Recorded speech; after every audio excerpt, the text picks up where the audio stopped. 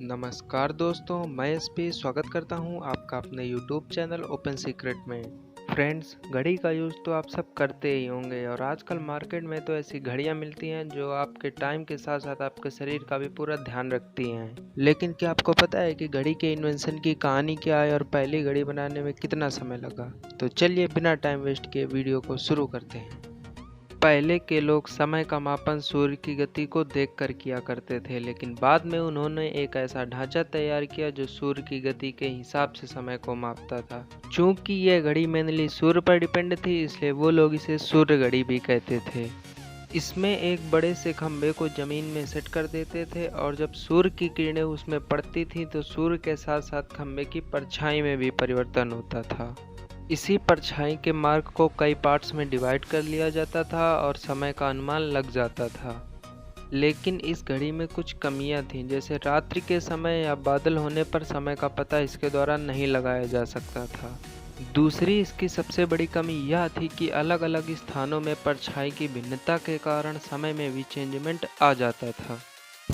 काफ़ी समय तक इसका यूज होता रहा, लेकिन मध्यकाल के दौरान रेत और कांच के सामान बनाने की कला विकसित हुई।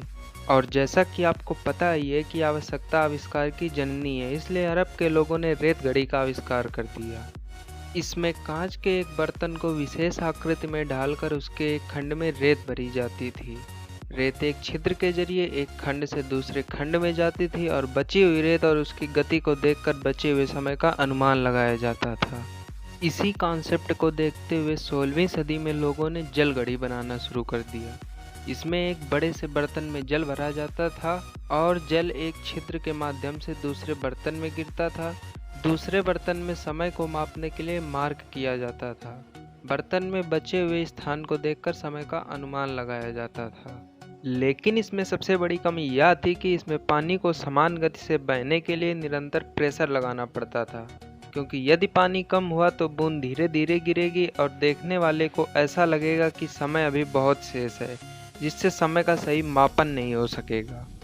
इसके बाद 18वीं शताब्दी तक समय को मापने में इन्हीं घड़ियों का यूज होता रहा। इसके बाद पॉप सिल्वेस्टर सेकंड ने पहली घड़ी बनाई, जिसका कोई भी मानक नहीं था।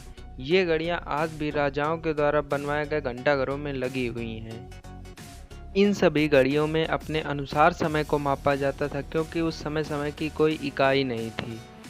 लेकिन क्या आपको पता है पहली मानक घड़ी कब बनी थी? मानक घड़ी का मतलब ऐसी घड़ी से है जिसमें घंटा, मिनट और सेकंड की सुई हो।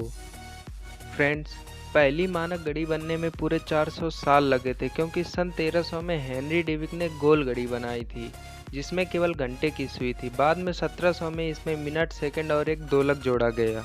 हमारी आजकल की यांत्रिक घड़ियां इसी श्रृंखला की विकसित कड़ियां हैं। आगे चलकर यूरोपीय कंट्रीज ने जेब घड़ी और कलाई घड़ी बनाना शुरू कर दिया और आजकल हर एक व्यक्ति इनका उपयोग कर रहा है। लेकिन क्या आपको पता है पहली इलेक्ट्रॉनिक घड़ी किसने बनाई थी? तो फ्रेंड्स, पहली इलेक्ट्रॉनिक घड़ी जापान ने बनाई थी, जिसमें समय अंकों में दिखता था। और आजकल तो टेक्नोलॉजी इतनी फास्ट हो गई है कि स्मार्ट वॉच आ गई हैं जो आपके समय के साथ साथ आपकी सेहत, आपकी हार्ट रेट, आपका ब्लड प्रेशर, आपकी फ़ोन कॉल्स, आपकी रनिंग, यहाँ तक कि आपकी हर एक चीज़ का ख्याल रखती हैं। तो आज के लिए इस वीडियो में बस इतना ही। मिलते हैं नेक्स्ट वीडियो में, तब तक के लिए be intelligent and be practicable.